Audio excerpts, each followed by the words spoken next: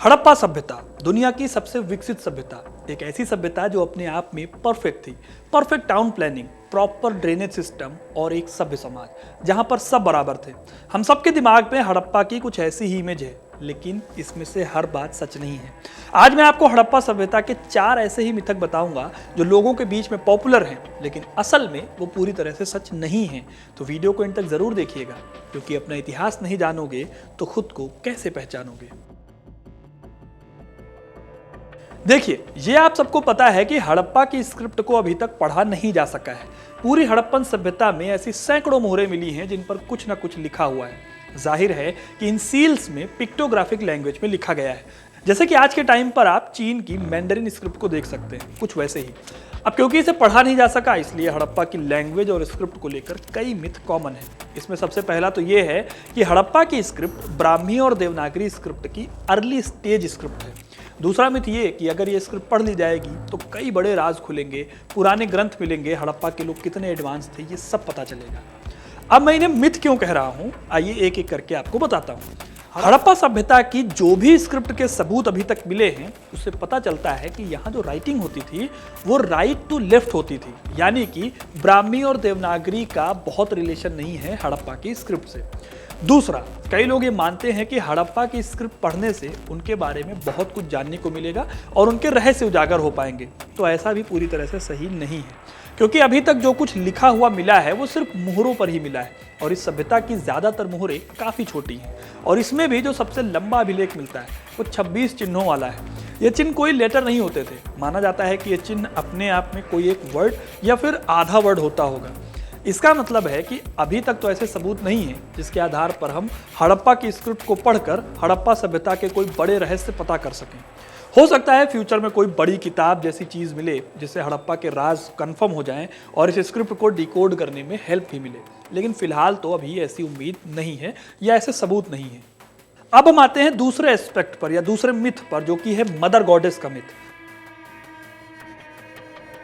हड़प्पा की महिलाओं की मूर्तियों को देखकर क्लेम किया गया कि इस सभ्यता के लोग किसी एक देवी की उपासना करते थे और पूरी सभ्यता में उनका प्राइम स्थान था।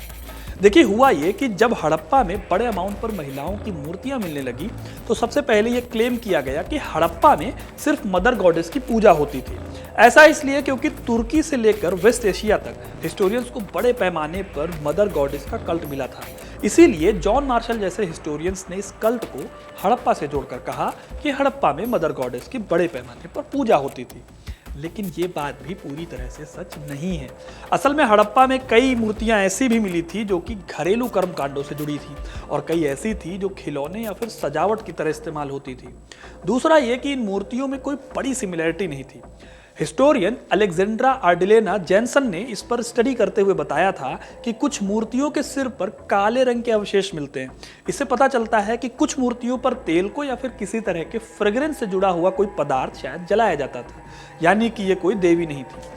यही नहीं, कुछ ऐसी भी मूर्तियां हैं जिन पर पेट निकली हुई महिलाओं को पोर्ट्रे किया गया है, जो किसी प्रेग्नेंट लेडी को रिप्रेजेंट करती हैं। हालांकि ऐसा नहीं है कि हड़प्पा में किसी देवी की पूजा नहीं होती थी, लेकिन जितना बड़ा इस मुद्दे को दिखाया जाता है ये उतना बड़ा नहीं है। इनफैक्ट हड़प्पा की ही दूसरी साइट्स जैसे कि लोथल और सुरकोतड़ा या फिर कालीबंगन, इन सब जगहों पर ऐसी मूर्तियां मिलती ही नहीं। हड़प्पा सभ्यता का तीसरा सबसे बड़ा मिथक है कि हड़प्पा सभ्यता में रहने वाले लोग बहुत शांतिप्रिय थे और कभी भी युद्ध नहीं लड़ते थे। इतिहासकारों का मानना था कि शहर को घेरने वाली जो दीवार थी वो इतनी मजबूत नहीं थी कि उसे किलेबंदी माना जाए, यानी कि ऐसा माना जाए कि उसे बाहरी हमलों से बचाने के लिए बनाया गया था। यह शायद बाहरी जानवरों को शहर में ना घुसने के लिए बनाई गई थी। यह भी कहा जाता है कि हड़प्पा में एडवांस शहर तो हैं, मगर एडवांस हथियारों की कमी है। हथियार भी जो थे वो जंगली जानवरों को भगाने के काम में आते थे, युद्ध लड़ने के काम में नहीं आते थे। लेकिन सिर्फ इन सबूतों के आधार पर हड़प्पा को बिल्कुल ही शांतिप्रिय समाज कह देना सही नहीं होगा। साल 1964 में जगपति जोशी नाम के आर्कियोलॉजिस्ट ने सुरकोतड़ा नाम की जगह खोजी थी। यहाँ पर उन्हें प्रॉपर डिफेंस वाली वॉल मिली थी। इसके अलावा यहाँ पर एक कमरा भी मिलता है जो कि सिक्योरिटी गार्ड रूम की तरह था, जिसे कि उस टाइम के हिसाब से आज हम छावनी भी मान सकते हैं। ठीक इसी तरह से हिस्टोरियन हुए आस्को परपोला, उन्होंने भी कालीबंगन की एक सील का एग्जाम्पल दिया है जिसमें कि हड़प्पा शैली में योद्धाओं को एक दूसरे पर भाला चलाते हुए दिखाया गया है। साथ ही एक बाघ की सवारी करने वाली देवी भी दिखाई देती हैं जो युद्ध और विजय की देवी हो सकती है।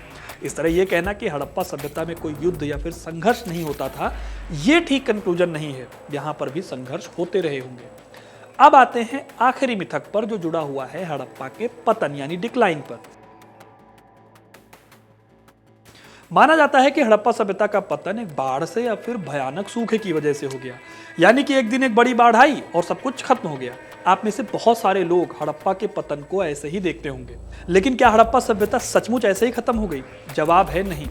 इसका सबसे पहला कारण तो यह है कि हड़प्पा सभ्यता सिर्फ नदी या समुद्र के किनारे नहीं थी, ये करीब 13 लाख स्क्वायर किलोमीटर में फैली हुई थी। ये सभ्यता नॉर्थ में मांडा यानी जम्मू कश्मीर से लेकर साउथ में महाराष्ट्र के दैमाबाद तक, फिर ईस्ट में उत्तर प्रदेश के आलमगीरपुर से लेकर पश्चिम में सुतकांगेडोर जो कि पाकिस्तान में पड़ता है वहां तक फैला हुआ था।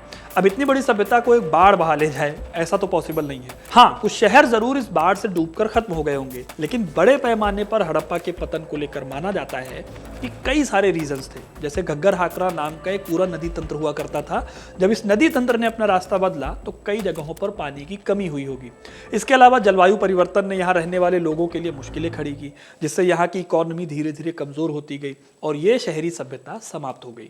लेकिन इसका मतलब ये नहीं है कि यहाँ के लोग एकदम से खत्म हो गए, बल्कि माना जाता है कि हड़प्पा की साइड से लोगों ने माइग्रेट किया और देश के दूसरे हिस्सों में बस गए। तो दोस्तों, ये थे वो 4 मिथक जो हड़प्पा के बारे में फैलाए जाते हैं। आपको इनमें से कौन सा मिथक पता था, ये हमें कमेंट करके बताइएगा। वीडियो को लाइक और शेयर करना ना भूलें और ऐसी तमाम इंटरेस्टिंग कहानियों के लिए हिस्ट्री कनेक्ट को सब्सक्राइब जरूर करें। धन्यवाद।